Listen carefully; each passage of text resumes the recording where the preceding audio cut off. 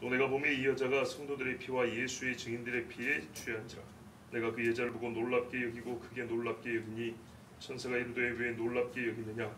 내가 여자와 그가 탄 7머리와 10뿔 가진 짐승의 비밀을 내게 이르리라.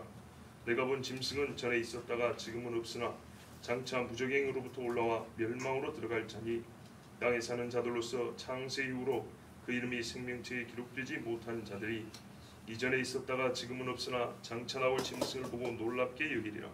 지혜 있는 뜻이 여기 있으니 그 7머리는 여자가 앉은 7산이요 또 7왕이라. 5은 망하였고 하나는 있고 다른 하나는 아직 이르지 아니하였으나 이르면 반드시 잠시 동안 머무르리라. 전에 있었다가 지금 없어진 짐승은 8째 왕이니 7 중에 속한 자라. 그가 멸망으로 들어가리라. 내가 보던 10뿔은 10왕이니 아직 나라를 얻지 못하였으나 다만 짐승과 더불어 임금처럼 한동안 권세를 받으리라. 그들이 한 뜻을 가지고 자기의 능력과 권세를 짐승에게 주더라. 그들이 어린 양과 더불어 싸우려니와 어린 양은 만주의 주시오 만왕의 왕이심으로 그들을 이기실 터이요 또 그와 함께 있는 자들 곧 부르심을 받고 택하심을 받은 진실한 자들도 이기리로다. 또 천사가 내게 말하되 내가 본 바 음녀가 앉아있는 물은 백성과 무리와 열국과 방언들이니라. 내가 본 바 이 10뿔과 짐승은 음녀를 미워하여 망하게 하고 벌거벗게 하고 그의 살을 먹고 불로 아주 사르리라. 이는 하나님이 자기 뜻대로 할 마음을 그들에게 주사 한 뜻을 이루게 하시고 그들의 나라를 그 짐승에게 주게 하시되 하나님의 말씀이 응하기까지 하심이라.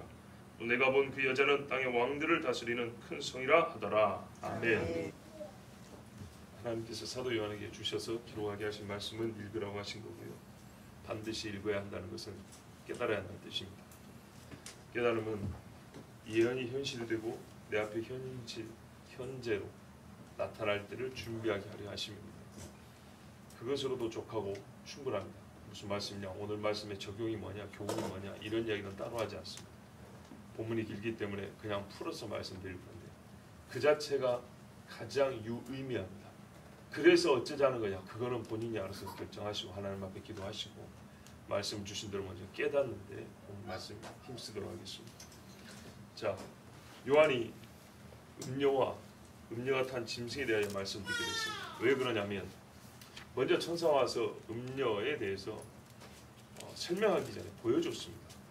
보여주니까 1절부터 5절까지 보면 음녀와 짐승의 외모, 형상이 보입니다. 뭐하고 있는지 말 그대로 더럽습니다.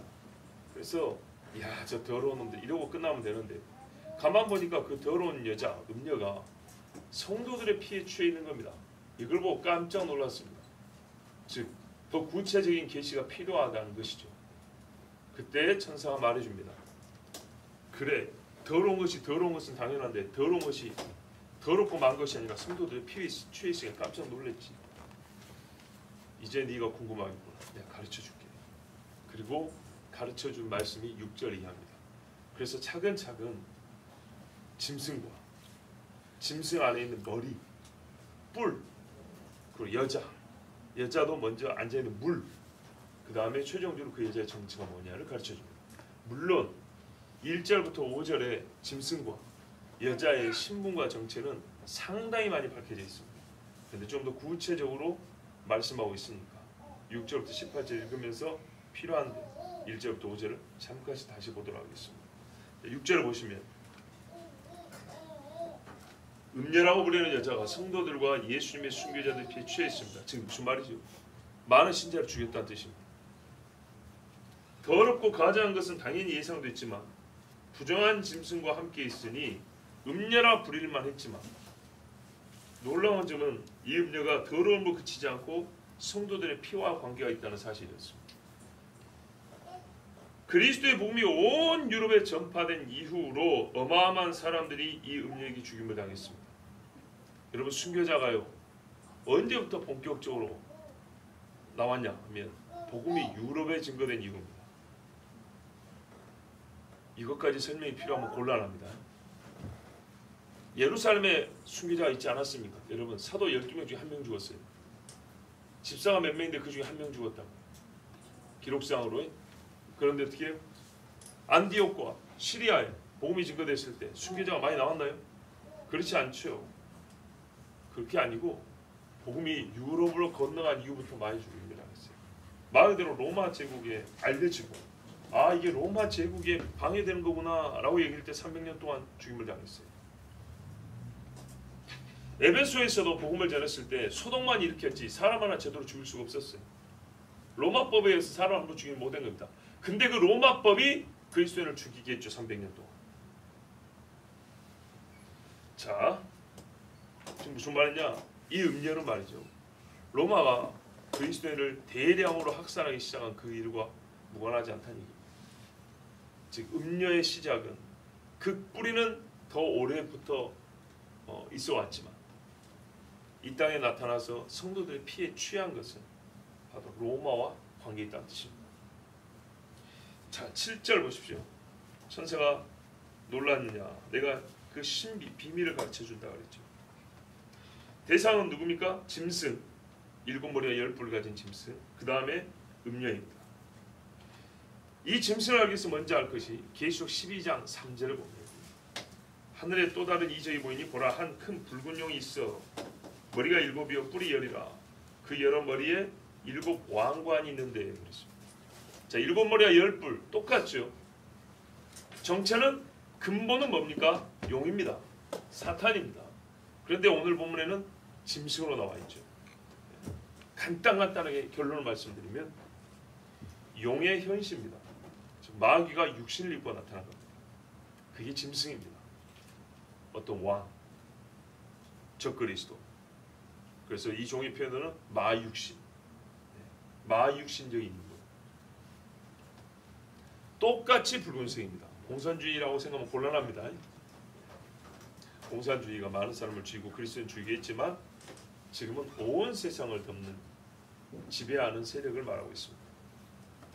자, 음녀를 나르는 짐승은 본체 사탄이고 또 그것이 이 땅에 나타난 사람일 때는 적그리스도라 불리는 사람, 마육신의 사람입니다. 3절에 보면 뭐라고 되냐면 여자가 붉은빛 짐승을 탔는데 그 짐승의 몸에 하나님을 모독하는 이름들이 가득하더라. 빠짐없이 하나님을 모독하고 있다는 얘기입니다. 빈틈없이 하나님을 욕하는 자입니다. 세상의 어떤 정치적인 사람도 기독교인들에게 최소한 종교적 수사를 구사할 줄 압니다. 듣기 좋은 소리를 할 줄 안다고요. 이 인물은 안 그럽니다. 신성 모독하는 이름이 온몸에 가득합니다. 어느 시대 누구보다도 하나님을 대지하는 사람, 또 주홍색 옷을 입었다. 왕권을 상징하죠. 왕으로서 다스리면서 하나님을 대지하는 최고의 인물입니다. 8절 보십시오. 이 짐승을 자세히 설명하는데 시대적으로 보니까 옛적에 있었던 인물이에요. 그리고 지금은 없대요. 그리고 나중에 무정행에서 바닥 없는 구덩이 무정행에서 쉽게 말해 지옥에서 올라온 거예요. 그러니까 용이죠. 죽은 사람이 올라왔다 내려왔다 할 수는 없죠. 그러니까 하나님께서 뭐래요? 무적인 열쇠를 열고 닫고 문을 열고 닫고 그리스도께서 그 나온 용을 다시 집어넣어 버리고 잡아 1000년 동안 결박하고 자, 이 용이 나와가지고 짐승을 세우는데 그 짐승이 놀라지 말라고 전에도 있었다. 마육신한 인물이 전에도 있었다. 지금은 없고 나중에 있답니다. 자, 이 적그리스도인데요. 이 사람이 누굴까요? 사람이 지옥에 들어갔다 나왔다 할 수는 없기 때문에 꼭 이 적그리스도를 직접적으로 예표하는 꼭 그와 같은 인물이 하나 있었다는 얘기입니다. 누굴까요? 가룟 유다라고 봅니다. 가룟 유다. 자, 전에도 말씀드렸죠. 멸망의 자식, 멸망의 아들이라고 불린 사람은 가룟 유다와 적그리스도밖에 없다. 요한복음 17장 12절에 멸망의 자식뿐이오니 데살로니가 2장 3절에 저 불법의 사람과 멸망의 아들. 번역이 자식 아들내니까 다른 게 아닙니다. 자, 똑같이 말해놨습니다. 적그리스도를 표현하는 말을 가룟 유다에게만 썼습니다. 여러분 이슈 카리오 출신의 사람이라는 얘기입니다. 이 카리옷은 요르단 동편 시리아 지역에 있습니다. 혈통으로 말하면 시리아계 유대인, 함족계.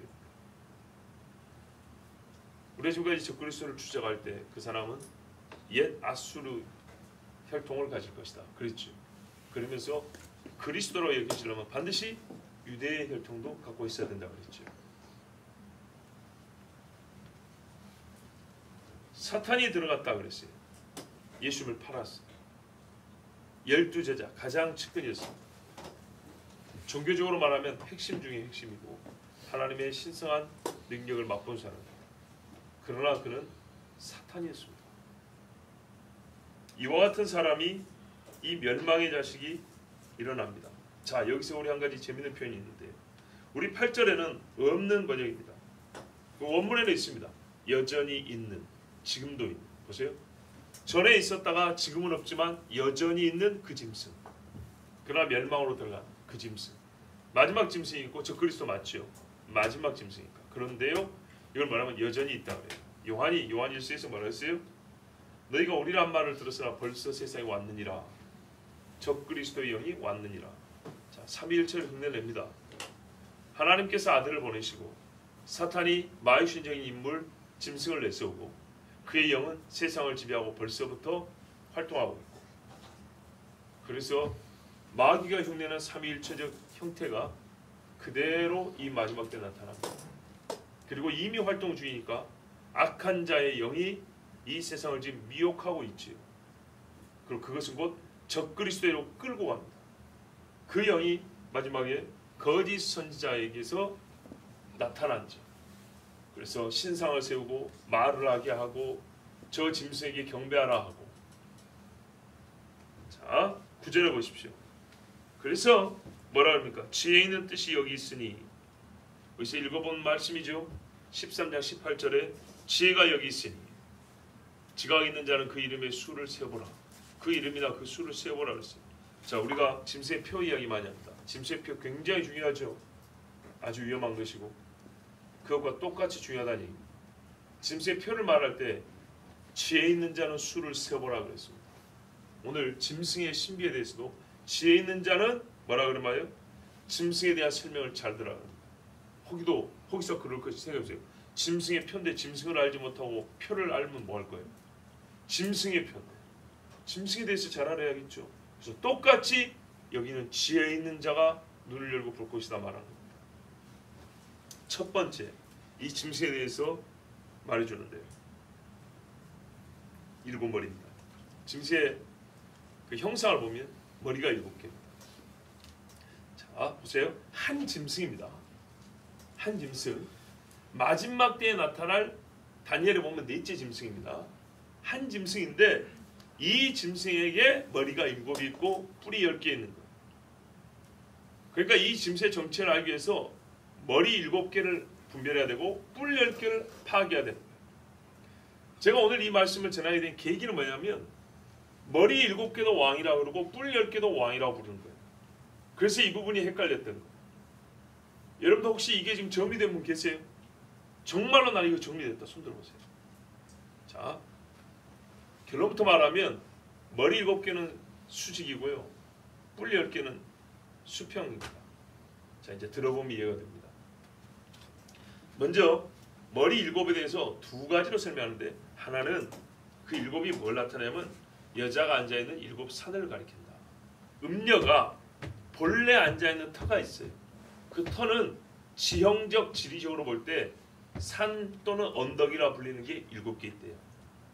옛날에 7의 바로도 현재 로마, 바티칸이 있는 로마를 향해서 뭐라 하냐면 칠두라고 불렀어요.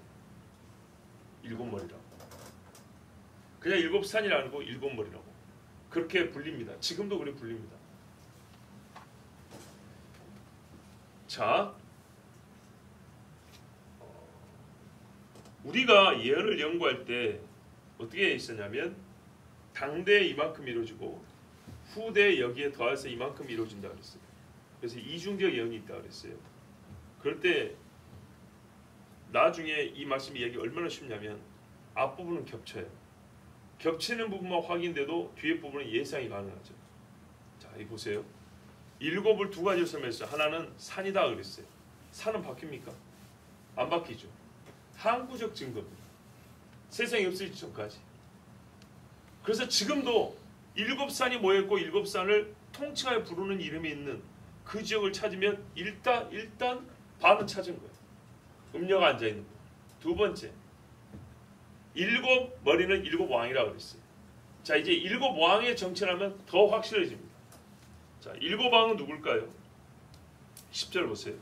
일곱 왕이 있는데 다섯은 어쨌다고요?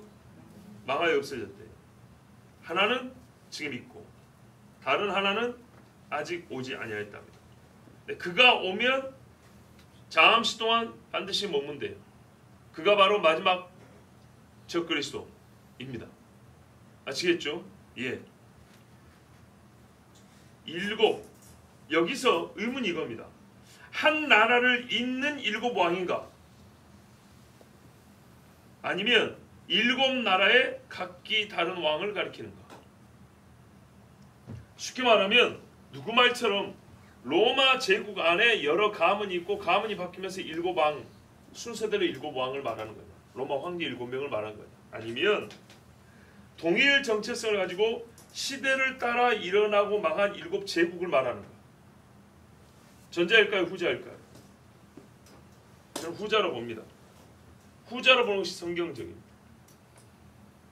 왜 그러냐면 성경은 하나님을 대적하는 신성 모독적 제국을 빠짐없이 기록하고 있고 그 수가 일치하기 때문입니다. 이게 무슨 말이냐? 여러분, 사람들이 이렇게 물어요. 우리가 왜 이스라엘 종교를 믿어야 되냐고. 왜 저기 유대인의 역사를 배워야 되냐고. 뭐라고 대답하죠? 자, 그러면 제가 이제 그 대답하기 위해서 질문을 하나 다시 던져볼게요. 하나님이 유대인에게 하신 것 말고 예수님을 알 수 있고 예수님이 이 땅에 오신 더 오리지널한 방법이 있었습니까? 있었어요, 없었어요? 그게 있는데, 그러니까는 그 일을 기록한 많은 책들이 있는데 우리가 그 중에 유대인 편을 택해서 보는 겁니까? 아니죠. 하나님의 본래 계획은 뭐냐면 한 사람을 택하는 겁니다. 한 사람을 택하고 그 한 사람의 씨로 메시아가 오게 하는 겁니다. 아시겠죠? 그렇다면 하나님께서 우리에게 뭘 기록해 줘야 될까요? 그 한 사람, 그 한 사람의 집, 그리고 그 한 사람의 집에서 나온 메시아 이야기를 해줘야 되겠죠. 맞죠? 유대인 이야기는 여러 버전 중에 하나가 아니고 여러 하나님의 길 중에 한 길이 아니고 유일하게 하나님이 우리를 구원하시려고 계획하신 일입니다. 이 말이 여러분 이해가 정말 돼야 됩니다. 봐보세요. 하나님이 처음부터 보세요. 세상에 셀 수 없는 많은 사람인데 딱 한 사람을 찍기로 했어요. 그러면 그 사람 이야기를 해줘야지 다른 이야기를 해줘야 될까요? 그 집을 통해서 메시아를 보냈다고요. 그러면 그 집이 얘기를 해줬는데 그 집이 유대인인 거예요. 아, 유대인이 아니고 다른 민족이 있으면 다른 민족 이야기가 됐을 거예요. 그런데 우리는 하나님께서 한 사람을 택하시고 한 집을 통하여 주셨다는 것을 신경 쓰지 않고 그 사람의 이름이 뭐예요? 그 혈통이 뭐야?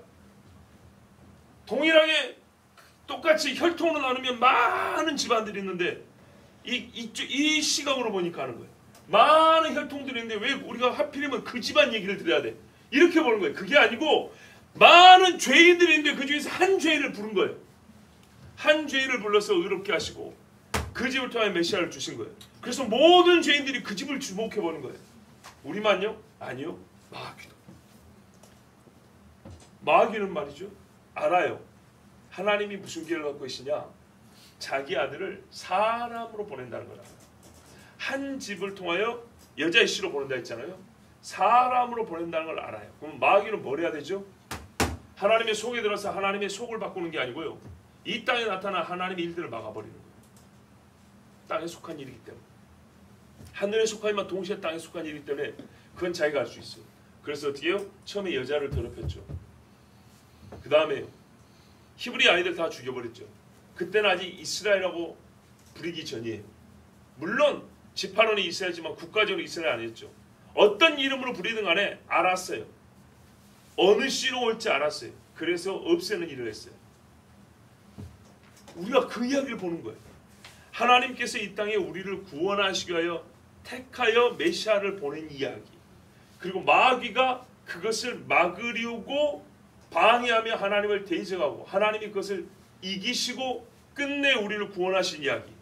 요 이야기가 오리지널하고 고유한 이야기가 바로 여기에 있는 거예요. 근데 그 택함 받은 사람이 아브라함인 거예요. 그래서 우리가 이스라엘이라고, 그러니까는 현재 국가 단위 민족 단위를 읽을 것이 아니고 하나님께서 택한 사람의 이야기라고 들어보세요. 하나님께서 이 땅을 구원하시기 위하여 부르고 그 집을 통하여 메시아를 보낸 이야기, 이렇게 봐야지. 이스라엘 이야기를 우리가 왜 읽어? 유대 사람의 역사를 우리가 왜 읽어? 이러면 안 된다고요. 자, 그런데 마귀가요, 짐승이잖아요. 마육신한 인물들이 하나님을 대적하고 하나님의 백성을 이 땅에서 끊어버리면 될 거 아니에요. 말 그대로 그래서 이스라엘만 없애버리면 하나님의 구원이 물거품 돼버리는 겁니다. 맞죠? 예수만 안 오게 하면 되는 거예요. 자, 그 역사가 성경에 기록되는 겁니다. 시대별로. 그래서 여러분, 성경이 자꾸 제가 제국 하니까 다른 제국은 왜 안 기록되어 있는가 의문을 가진 분도 있을 것이고, 또 여기서 7개 머리 왕이 제국인데 세상을 지배한 제국을 얘기해 보세요 하니까 또 이상한 제국들을 얘기하는 경우가 있어요. 잘 보세요. 성경에 보면 하나님의 나라를 무너뜨리고자 한 제국이 정확히 기록이 되어 있습니다. 또 이 하나님의 구원 계획을 물거품으로 만들려고 하나님의 백성들을 죽여버리려고 한 또 애를 쓴 제국이 기록이 되어 있습니다. 첫 번째, 고대 바벨론, 니므롯. 자, 길게 설명 안 합니다. 두 번째, 애굽. 하수에다 버려버려라. 세 번째, 아수르. 이스라엘 없애버렸죠. 네 번째, 바벨론. 바벨론 앤 느부갓네살. 왕들까지 얘기합니다. 유다를 없애버렸죠. 다섯 번째, 페르시아. 여섯 번째, 왜 페르시아냐? 특별히 없는데요. 이거는 이미 다니엘서에 나왔기 때문에. 아시겠죠? 그리고 페르시아 다음에 헬라. 헬라 다음에 로마입니다. 자, 그러면 7개죠. 7분 맞죠? 자, 여기까지 보십시오. 7인데 뭐라고 말했냐면 그 중에 하나 5은 망했고 하나는 있고 하나는 아직 안 왔대요. 근데 제가 지금 로마까지 얘기했죠. 그러면 요한 당시 이미 로마 시대이기 때문에 7이 다 왔죠. 그렇죠? 근데 여러분, 고바빌론과 신바빌론 같은 바빌론입니다. 고대 바빌론의 부활이라고 말하죠. 다른 나라라고 말하지 않습니다. 우리가 바빌론이라고 말합니다. 그러면 어떻게 되죠? 로마까지 6개가 됩니다. 그래서 5은 망하였고 6번째는 어떻게 해요? 지금 있고 로마가 있는 겁니다. 아시겠죠? 자, 7번째 머리인데 그래서 그 7번째를 8번째라고 합니다. 자, 11절 보세요. 전에 있었다가 지금은 없는 그 짐승은, 이게 적그리스도의 이제 실체인데, 그 짐승은 곧 8째다. 그리고 7에 속한 자다. 맞죠? 자, 7에 있는데 8번째래. 그러니까 얘까지 들어가서 국가 체제로는 7개가 되는 거예요. 근데 전체로는 8개가 되는 거고, 그런데 전에 있었대요. 전에 있었다는 말은 뭐예요? 앞에 6개. 앞에 6개의 반복형이라는 거예요. 그렇죠? 아까 바빌론이 고바빌론과 신바빌론이 있는 것처럼 이 8번째 짐승이 7번째가 되는 것은 앞에 있는 어떤 나라의 재생이기 때문이에요. 그리고 11절 보세요. 8절 중간처럼 그가 멸망으로 들어가리라. 똑같죠? 이 마지막 8번째이자 반복이기 때문에 7번째인 이 나라가 바로 적그리스도의 나라예요. 잠시 동안 있다가 없어지는. 그런데 이제 이 나라가 어떤 나라냐를 보기 위해서 우리가 10부를 알아야 되는 거예요. 10부. 자, 보세요. 아까 제가 7머리는 수직이라고 그랬죠. 이렇게 내려오죠. 무슨 말이냐면 하나님의 나라와 하나님의 백성을 없애려고 한 세상 나라, 제국을 시대별로 이해하면 7머리인 거예요. 마지막에 적그리스도의 나라와 동일한 정체성을 가지고 세워진 나라들. 각 시대마다 하나님의 백성을 죽이고 그 길을 없애버리고 있던 나라들. 메시아를 대적하고 하나님의 백성을 소멸시키려 했던 나라들. 자, 이해됐죠? 자, 열불은 뭐냐? 똑같이 왕이라고 부릅니다. 12절 보세요. 네가 본 그 열불 있잖아. 그것도 열왕이다. 그런데 아직까지 아무 나라, 즉 왕국을 받지 못했다. 지금 요한 당시 없던 나라다 이 말입니다. 그런데 그 짐승과 더불어 잠시 동안 임금처럼 권세를 받는다. 무슨 말이에요? 짐승, 마지막 짐승이 나올 때 이 땅에 존재하는 나라들이야 이 말입니다. 자, 잘 보세요. 일곱 머리는 시대별로 세워진 짐승의 나라고요. 열뿔은 이 마지막 짐승을 지지하는 그 당대의 세상의 나라들을 말하는 겁니다. 굉장히 쉽죠. 똑같이 왕 그러니까 헷갈렸는데 일곱 머리는 이렇게 보면 되고 열왕은 마지막 그 일곱 번째 짐승을 지지하는 수평으로 옆에서 보조하는 열 나라들입니다. 자, 그래서 이 보조하는 열 나라들과 더불어서 이해하면 이 마지막 짐승의 정체를 밝히기가 너무 쉬운 겁니다. 그런데 동시에 이 마지막 짐승은 전에 있었던 적이 있다 그러죠.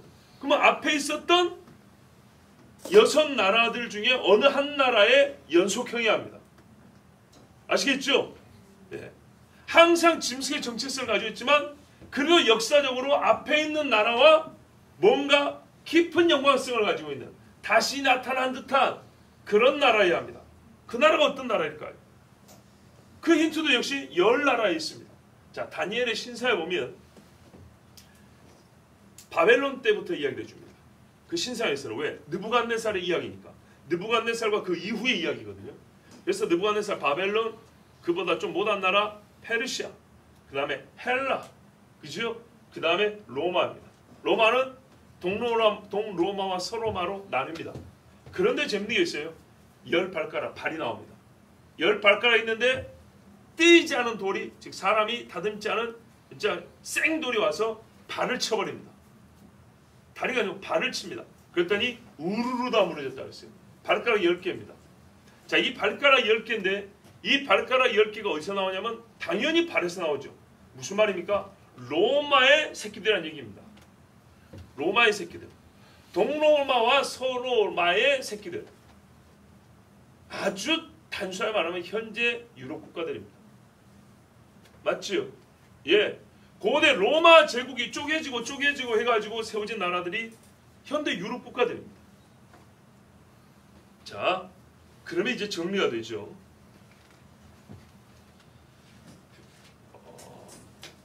현재 유럽 국가들. 그러면 이 유럽 국가들은 고대의 어떤 머리의 반복이 될까요? 로마일까요? 유럽이니까 헬라죠, 헬라. 예, 유럽은 헬라라고 부릅니다. 헬라의 반복입니다. 잘 보세요. 자, 이제 정리를 해야 됩니다. 헬라 정신을 가지고 헬라 세계에 있었어요. 그렇죠. 근데 이게 로마로 통합이 됐어요. 그러다가 로마에서 분화됐어요. 근데 로마에서 분화가 될 때 이것들이 받아먹은 게 있어요. 로마의 영이에요. 로마의 영. 로마로 뭉쳤다가 다시 분화돼서 수십 개로 쪼개질 때 그 중에 이제 나중에 10개가 뭉치는데 수십 개 쪼개질 때 이들의 시대는 벌써 소위 복음이 유럽에 증거됐고 이 복음의 가짜를 퍼뜨린 로마 카톨릭이 유럽을 지배한 시대였어요. 아시겠죠? 로마 카톨릭에 의해서 로마 제국 산하에 흩어진 유럽 나라들이 전부 다 로마의 영성을 배운 후에 이름만 달리해서 수십 개 나라로 흩어졌습니다. 그걸 다시 돌이키고자 본래 복음으로 돌이키고자 개혁자들이 역시 유럽에서 나왔습니다. 아주 깊고 큰 영적 전쟁이 있어 영적 전쟁이 과거에 유럽에 있었어요. 이 나라들이 나중에 지중해에서 나온 대해에서 나온 짐승이죠. 역시 유럽이죠. 그런데 혈통으로는 시리아와 아수르 그리고 유대인 혈통을 갖고 있는 그 사람이었죠. 정치적으로는 유럽인 겁니다. 이 사람을 지지하는 10개의 나라가 최종적으로 모입니다. 자, 옛날에 말이죠. 18년 12월 20일 날 제가 넷째 짐승에 대한 설교를 했었고요. 16년 1월인가에 넷째 짐승 설교를 2번 했어요. 그때 설교를 참고하면 지금보다 훨씬 길게 자세히 했으니까 도움이 될 겁니다. 오늘은 제가 이 짐승과 여자에 대한 어떤 의미에서 오히려 더 시간은 나중이지만 더 개괄적인 설명입니다. 넷째 짐승에 집중하여서 설교한 게 2번 있으니까 한번 들어보십시오. 그때 뭐라면 신성 로마 제국이 2009년도에 세워졌다 그랬습니다. 홀리 로만 엠파이어입니다. 로마 앞에 홀리가 붙었어요. 그래서 신성이에요. 한자로. 신성 로마 제국. 어떻게 로마가 신성이 될까요? 근데 신성 로마 제국이 붙어진 것은 고대로부터 자기들이 신의 어떤 영감을 받은 나라다 이런 게 아니고요. 기독교적 영성을 얘기한 겁니다. 교황 시대입니다. 교황이 헬라의 정치와 로마의 영성이 묶여서 홀리 로만 엠파이어가 된 겁니다. 그의 초대 왕이 누굽니까? 사르마니 대제입니다. 아마 세계사 시간에 보였어요. 사르마니. 지금도 사르마니 상이 있고요. 사르마니 빌딩이 있습니다. 어디서 그 이름을 쓰는지 한번 여러분 인터넷 찾아보십시오. 그것까지 제가 이 설교에 말 안 합니다. 신성 로마 제국이 다시 세워졌다고 여러분에게 18년도에 말씀 전했습니다. 2009년도에 다시 세워졌습니다. 10개의 별을 가진 국기를 가지고 세워진 그 집단이 있죠. 그리고 그들 앞에는 붉은 소를 탄 여자가 상징물로 동상에 세워져 있습니다. 그리고 그들은 자기들의 왕 사르마뉴가 다시 오기를 기다리고 있습니다. 기념 주화가 사르마뉴의 상이 들어가 있는 주화입니다. 신성 로마 제국이 다시 일어났다 합니다. 신성 로마 제국은 로마가 들어왔지만 뭐라고요? 헬라라고요. 헬라. 보세요. 고대 헬라가 로마 안에 들어가서 로마로 규합돼서 로마가 가르칩니다. 로마의 영이 스며듭니다. 왜? 기독교들에서 카톨릭, 로마 카톨릭이라는 게 세워졌기 때문에. 그것에 그래서 옛날에 유럽이 전부 다 교황 밑에 엎드렸잖아요. 그리고 이게 분화돼서 나왔다 이 말입니다. 아시겠죠? 그때 이제 정치 세력과 교회가 막 싸우다가 합쳐진 게 신성 로마 제국이라고요. 그러니까 뭐예요? 헬라의 정치와 로마의 영이 묶인 게 바로 신성 로마 제국이라 이 말입니다. 그래서 겉보기는 로마라는 이름을 썼지만 세계를 볼 때는 헬라 세계입니다. 헬라 세계. 아주 강한 헬라 세계. 여러분 알렉산더를 말할 때 다니엘서에 보면 염소로 말한다. 강한 뿔을 가지고 있는 염소. 강하게 들이받았다 그러죠. 사탄의 이미지 중에 염소 대가리 한 걸 여러분 많이 보셨을 겁니다. 그리고 이 헬라의 왕이 바로 6번째 나라입니다.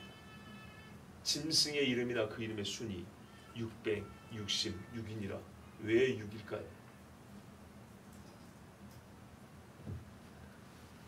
12절 보세요. 네가 본 10뿔은 10왕인데 왕으로서 권능을 받는다고 했어요. 한때. 보세요. 한때 왕으로 권능을 받는다고 해서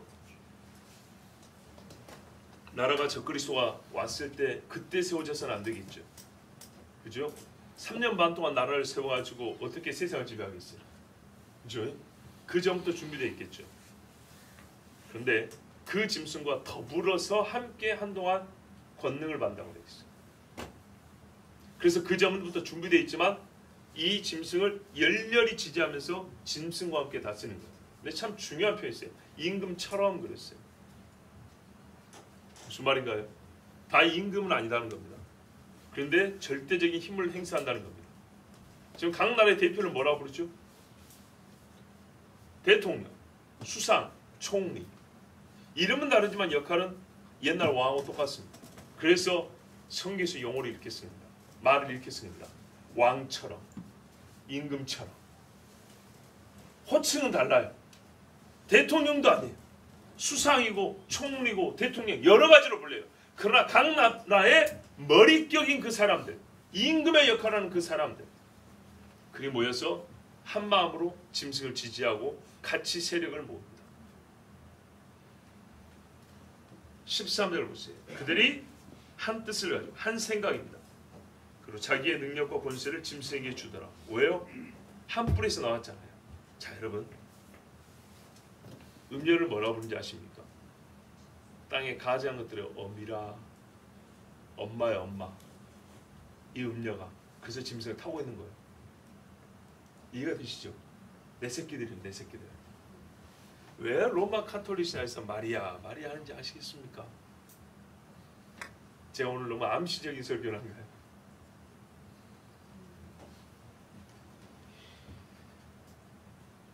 한 새끼들이 나왔기 때문에 형제들끼리 모이는 겁니다. 열 뿔은 마지막 때 짐승이 왔을 때 그 짐승을 지지하고 연합하여 통치하는 열 나라와 그 통치자들을 가리킵니다.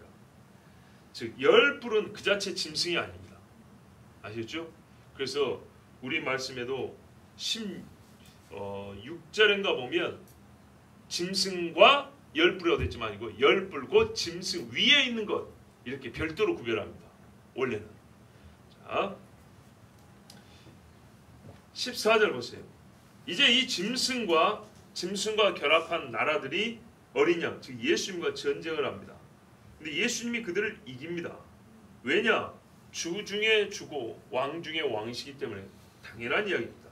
그 이야기가 19장에 나와 있지요. 그런데 이때 예수님과 함께 있는 자들이 또 이긴다 했습니다. 그들이 누구냐면 택하심을 받고 부르심을 받은 사람들, 신실한 사람들이라 그럽니다. 요한계시록 12장인가 어디 보면 사단이 용이 나와가지고 마지막 남은 성도들과 싸우려고 바닷가 모래 위에 섰더라.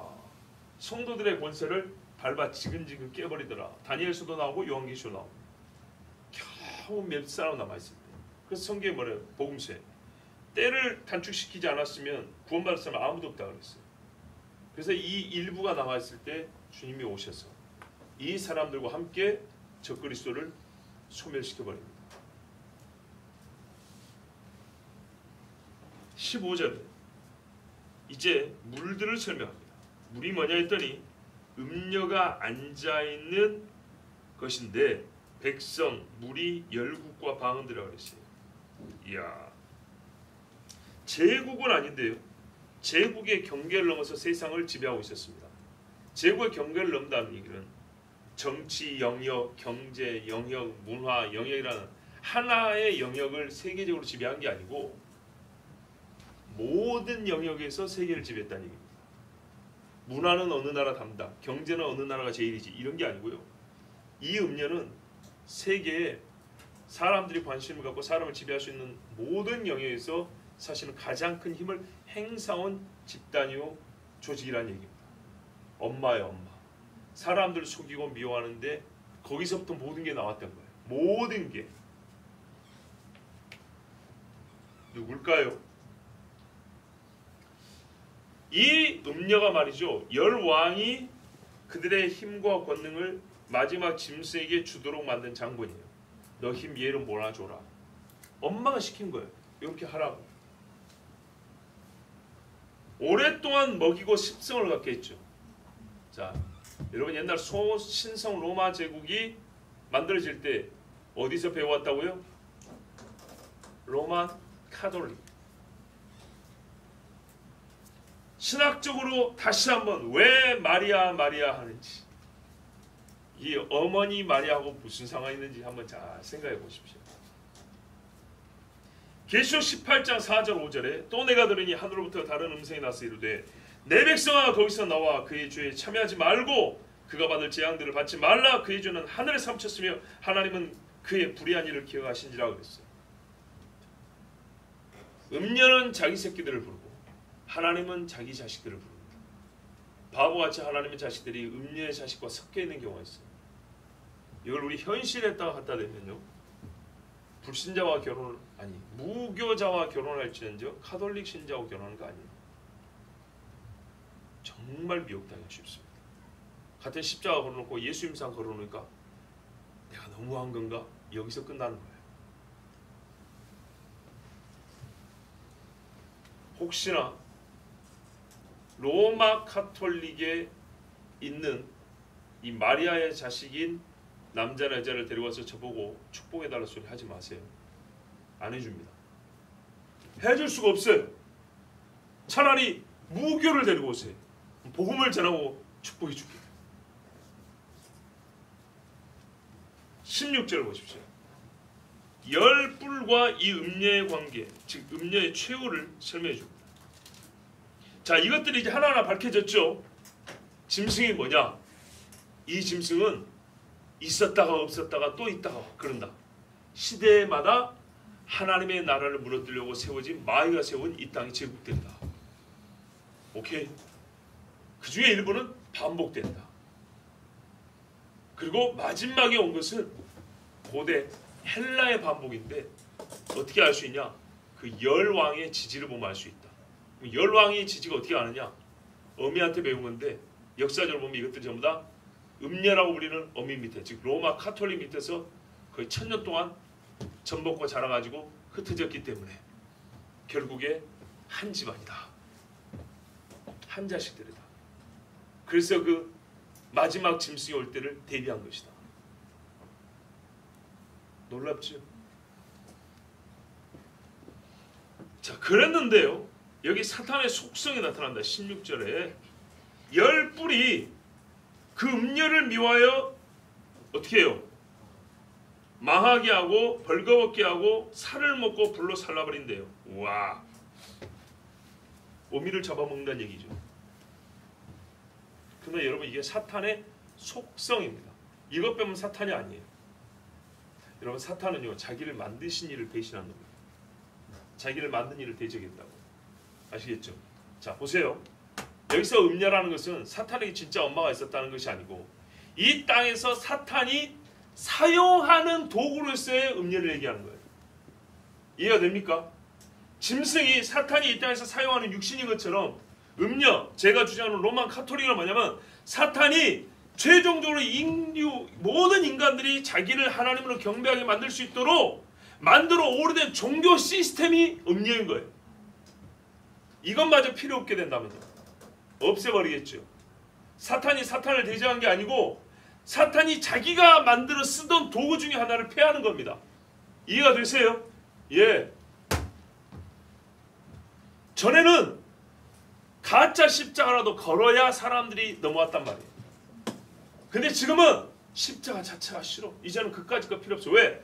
내 신상이 직접 세워졌고 내 표가 직접 하사되고 내 앞에 직접 무릎을 꿇는데 뭐하러 우회해서 로마 카톨릭 신학을 써먹을 거예요?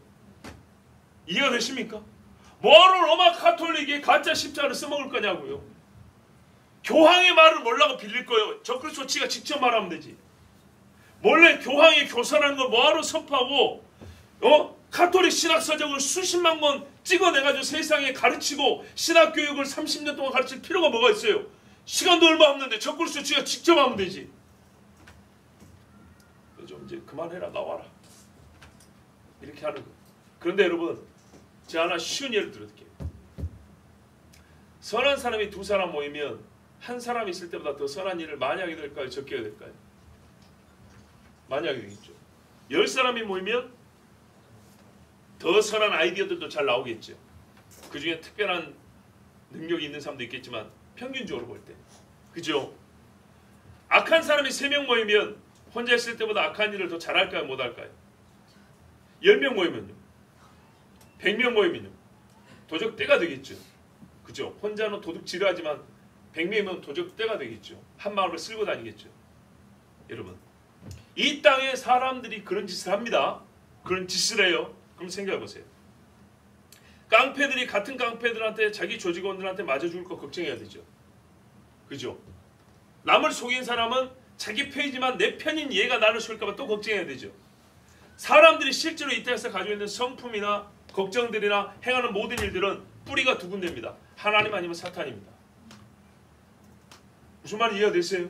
인간이 하게 되는 생각의 뿌리는 둘 중에 하나에서 나온다는 거예요. 이 성질이 원래 셈이 있어요. 나오는 셈이 있어요.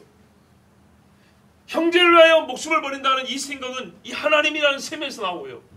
형제도 죽이겠다는 생각은 마귀라는 셈에서 나오는 거예요. 그것 중에 어떤 사람이 이쪽이 좀 강하고 어떤 사람이 저쪽이 좀 강하기도 합니다. 보세요. 사람들도요, 모이면 내 편인 것 같지만 서로 치고받고 싸워 죽입니다. 이 성격, 이 성질은 하나님에서 나온 것이 아니고 사탄에서 나온 거라고요. 그러면 원조인 사탄, 그 영들의 세계는 어쩔까요? 걔들끼리 모이면 아주 예의 바르게 잘할까요? 디아블로스 형님, 뭘로 아우요? 금호수 자매님 오셨습니까? 이럴까요? 천만의 말씀이죠. 제가 너무 소설 같은 이야기죠. 여러분, 걔들은 얼굴만 보면 그냥 모든 회의가 끝난다고 생각하세요? 아닙니다. 아주 더럽고 험한 말들 하는 놈들. 똑같이 사탄의 한 통속이지만 그들 안에는 다툼이 있어요. 그들 안에도 화가 있어요. 하나님을 대의지하는 데만 힘을 모으지 그들 안에는 오른 보세요. 타락한 영들이에요. 악인들이 모였을 때 이러한 일을 생각해보세요. 그 악인들의 악성의 뿌리가 사탄이란 말이에요. 사탄과 그의 졸개들란 말이에요. 이빨을 핥고 드러내는 것들이에요. 여러분, 독사가 사람을 물어서만 무섭습니까? 지들끼리도 싸워 잡아먹습니다. 이 모든 이 괴악한, 정말 있어서는 안 되는 성질들이 어디서 나오냐 말이에요. 마귀에서 나온 거예요. 마귀. 그래서 그 안에서도 싸우는 거예요. 보세요. 로만 가톨릭을 통해서 세상을 지배한 영적 세력이 있었다고요. 사탄의 제국 안에 너는 얘를 담당해. 니는 이쪽을 담당하고, 너는 군사적인 욕을 담당하고, 니는 거짓말하는 영 이쪽을 담당하고. 이해가 되세요?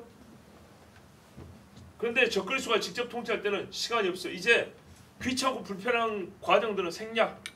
이제 니는 좀 빠져. 내가 좀 직접 할 때. 이럴 때 여러분 어떻게 볼까요?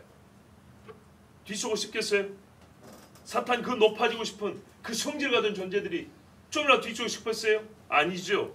아니에요. 그들 안에 싸웁니다. 그런데 여러분, 성경 해석이 얼마나 편하고 쉬운지 보세요. 하나님께서 하나님의 백성들을 죽이러 오는 연합 군대들을 치실 때 항상 쓰시는 방법이 뭐라고요? 자중질환. 자기들 안에서 없어지는 거예요. 그런데 예수님이 이렇게 말씀했죠. 사단이 사단을 대적하면 그 나라 어찌 성했느냐. 대적 안 한다는 얘기 아니고 무너진다는 얘기죠. 무너지고 있잖아요. 무너져요. 이렇게 무너지는 거예요. 그리고 하나님 어떻게 해요? 최종적으로 없애버리죠. 저희들끼리 싸우게 하고 하나님의 권능으로 쓸어버리죠. 자, 마지막 때도 똑같이 나타납니다. 먼저 자기들끼리 싸웁니다. 아마겟돈 전쟁도 보세요. 하나님을 믿는 나라와 안 믿는 나라가 아니에요. 안 믿는 나라들끼리 적그리스도를 중심으로 모인 나라와 그리스도는 믿지만은 적그리스도한테도 별로 그렇게 호감을 갖지 않은 나라들이 정치적 이권 다툼으로 끝내 싸웁니다. 하나님이 항상 이렇게 무너지게 합니다. 그러면서도 이놈들이 끝까지 메시아는 싫어할 때는 또 힘을 모은단 말이죠. 그래서 19장에 보면 메시아가 오셔가지고 이들을 다 쳐버리죠. 예. 자, 그런데 이제 궁금한 게 하나 있어요. 18장에 보면 음녀 바벨론의 파멸이 나옵니다. 그죠? 그러면 17장과 18장을 어떻게 구별할 것이냐? 어떤 차이점이 있냐? 17장은 교황을 없애버린다거나 로마 카톨릭이라는 종교 시스템을 이제 불필요하게 없애버리는 거예요. 그리고 18장은 로마 카톨릭을 말 그대로 문자적으로 그가 있었던 땅, 바티칸을 비롯해서 모든 이 로마 카톨릭 이 세상에 존재하는 것들을 하나님이 물밑으로 다 쓸어 불태워 없애버리는 거예요. 이해가 됐어요? 예. 교황 시스템을 먼저 없애버리고 적그리스도가 이제 이게 필요가 없어요. 그래서 그들끼리 이걸 먼저 없애버리고 그 후에 하나님께서 완전히 이것들을 문자적으로 이 땅에서 없애버리는 거예요. 자, 이제 또 하나 궁금한 게 있어요. 현재 로마 카톨릭은 18절에 말씀한 대로 도시입니다. 바티칸 시국에 있습니다. 그런데 3절에 보면 이 음녀는 짐승을 타고 광야에 있다고 그랬습니다. 그러면 여러분, 현재 바티칸과 같은 건물이 광야에 세워진다는 얘기인가요? 그렇게 오해할 수 있는데 그렇게 보시면 안 되는 것이 짐승이 광야에 있기 때문에 여자가 짐승을 광야에서 타고 있는 겁니다.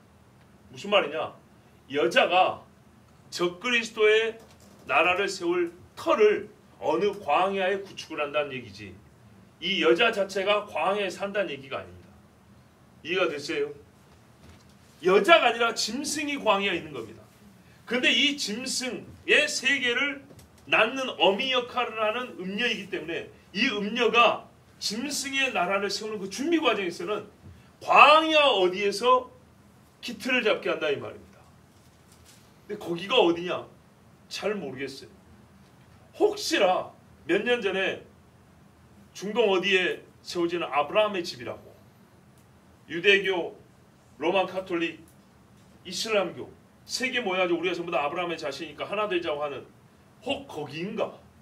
세계 종교를 통합하고 세계 정치 세력이 모여서 통합될 수 있는 그래서 적그리스도의 나라를 세우는 기반을 마련하는 자리로서 혹 거기인가 싶은 생각이 들지만 이건 아직 불확실하고 하여튼 구별만 해드린 겁니다. 분명히 음녀라고 부르는 도시가 광야에 있다는 것이 아니고 분명히 그랬어요. 7산에 있다고 그랬어요. 그런데 3절에 광야는 무엇인가 할 때 이 음녀가 짐승을 타고 있는 곳, 즉 음녀가 지배하면서 짐승을 세우는 곳, 짐승과 힘을 행사하는 곳이 광야라는 얘기입니다. 자, 17절 보십시오. 이 모든 일은 하나님의 섭리를 따른 것이었습니다. 17절에 우리 번역에 조금 오해할 만한 게 있는데 하나님이 자기 뜻대로 할 마음을 그들에게 주사 여기 자기 뜻은 짐승이 짐승 뜻대로 할 마음을 줬다는 게 아니고 하나님 자신을 말하는 겁니다. 그래서 다른 번역에 보면 하나님께서 자신의 뜻을 이루려는 것을 그들의 마음에 두사 동의하게 하시고 이랬습니다. 자, 이 무슨 말이냐면 짐승이나 열왕은 하나님을 대적한다 한 거예요. 걔들 시각에서는 그거밖에 없어요. 근데 하나님은 그들의 그 악한 마음조차도 하나님의 뜻을 이루는 데 쓰신다 이 말이에요. 자기들은 몰라요. 느부갓네살은 유다를 친다고 왔죠. 근데 하나님이 유다를 벌하시려고 느부갓네살을 쓴다는 걸 느부갓네살은 모르죠. 근데 뭐에는 동의해요? 내가 유다를 친다는 것에는 하나님과 뜻이 같아요. 동의하게 하시고 뜻이 같아요. 그렇지만 그 뜻이 어느 깊이까지 내려가서 이해하고 있느냐는 다른 거예요. 짐승과 그의 나라들은 하나님을 대적하 이 땅에서 우리의 나라를 세우겠다 이것이지만 하나님은 그게 아니고 내가 너희를 멸하는 빼도 박도 못할 근거와 증거로 삼겠다. 너희가 뭐 했지? 성도들을 다 죽였어. 너희가 뭐 했지? 교회를 다 없앴어. 너희는 없애서 좋다고 하고 없애는 게 너희 계획이지 목적이지. 근데 나는 처음부터 너희를 없애려고 하는데 너희를 없애려고 하는데 너희가 나의 교회 나의 성도를 죽였기 때문에 최후에 나는 너희를 심판할 증거를 찾았어. 바로 너희에게 있어. 이래서 하나님의 모든 말씀이 이루어진 거예요. 즉 구원과 심판에 대한 모든 말씀들이 이루어지는 거예요. 그때까지 이 나라들이 자기 권세를 짐승에게 주게 하신 분이 하나님이세요. 그러니까는 음녀 위에 마귀가 있지만은 마귀 위에 계신 분이 하나님이라 이 말입니다. 악인도 하나님의 나라에 쓰시려고 준비한다 그랬죠. 바로 그 말씀입니다. 악인은 지휘를 하지만 하나님은 또한 그 악인을 사용해서 하나님 일을 하시는 거예요. 자, 또 내가 본 그 여자 18절 마지막입니다. 땅에 왕들을 다스리는 큰 성이다. 땅의 왕들을 다스리는 큰 도시니라. 그리고 관사가 붙었어요. 저 큰 도시다. 그냥 아무 도시가 아니라 저 큰 도시다. 음녀의 정체가 밝혀지죠? 저 큰 도시래요. 누구라도 똑같이 손가락을 가리키는 큰 도시래요. 뉴욕인가요? 그렇게 보면 곤란합니다. 이 음녀가 뭐 했냐? 18장에 가면 무역을 많이 했대요. 뉴욕 같은데요? 사람의 영혼을 팔았대요. 그리고 또 뭐라 했어요? 더 중요한 정체가 앞에 또 나왔잖아요. 5절에 신비라 땅의 창녀들과 가장 것들의 어미 역할을 했다. 큰 바벨론이라. 큰 바벨론. 바벨론이 뭔가 여러분? 혼란스럽겠죠. 하나님을 대적한 최초의 제국이죠. 그 일을 오랫동안 해왔다는 겁니다. 오래 묵은 바벨론 영성을 가진 바벨론 역할을 한 사람들이 이름이 다르니까 몰랐지. 그러나 옛날 니므롯이 세웠던 바벨론 역할을 하고 마지막 짐승을 세웠다. 그러니까는 니므롯 때부터 마지막 시대까지 있었다는 얘기단 말이에요. 아시겠죠? 그 바벨론 역할을 한 도시를 찾으라고. 바벨론이 스며들어 가지고 사람들을 바벨론화 시킨 그 도시를 찾으라고. 신비 감추어졌다 이런 말입니다. 세상을 속여왔고요. 그래서 바벨론이고요. 감춰졌기 때문에 신비라는 겁니다. 몰라요. 몰라. 여러분, 로마는 사탄의 도시라고 불립니다. 그래서 원래 이름은 사투리나입니다. 로마를 사투리나라고 불렀어요. 사탄의 도시 이런 뜻입니다. 근데 이 세턴이라는 말 안에는 감추어진 거짓말이라는 뜻이 있습니다. 즉 바벨론이 로마에 스며들었다, 숨어들었다는 말이 이상하지 않죠. 신비라, 큰 바벨론이라, 감추어졌다. 로마란 말 뜻이 뭐라고요? 감추어진 거짓말. 그 안에 들어서 땅에 더러운 것들의 어미 역할을 한 자들, 그게 바로 로만 카톨릭입니다. 정치적 국가로서 로마가 아니고요, 로마 제국이 있을 때 기독교 신앙 복음을 마귀 복음으로, 마귀의 가짜 복음으로 바꿔서 세상 앞에 진짜 복인 것처럼 이 마지막 때 미혹하는 거 똑같습니다. 그 미혹을 해서 십자가 붙여놓고 가짜 성경 들려주고 열국으로 흩어지게 앉아. 다 자기 새끼 만들어서 나중에 때가 되면 내 새끼들아 모여라, 너희 형님이 왔다, 아니면 너희 아버지가 왔다, 싹 모여들게 만든 그 음녀. 큰 도시니라. 여기가 불과 200년 전에 세워진 워싱턴, 뉴욕일까요? 설교 초도에 말씀드린 대로 적용이니 교훈이니 생략합니다. 이 사실을 아는 것 자체로 충분합니다.